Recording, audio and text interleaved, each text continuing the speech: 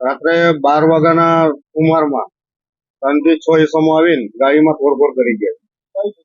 આપણે લાબેશ્વર ગોળ એક ઇકો કાર છે અને 2 રિક્ષા. એમના નામ ઠામ નથી ખબર. આગળની કાર્યવાહીમાં અમે પીસીઆર 1 ને કોલ કરેલો 100 નંબર ઉપર. પીસીઆર 1 આવી તેના ફોટોસ લીધેલા છે અને પોલીસ સ્ટેશન જઈ ફરિયાદ કરવાની છે. ફરિયાદની કાર્યવાહી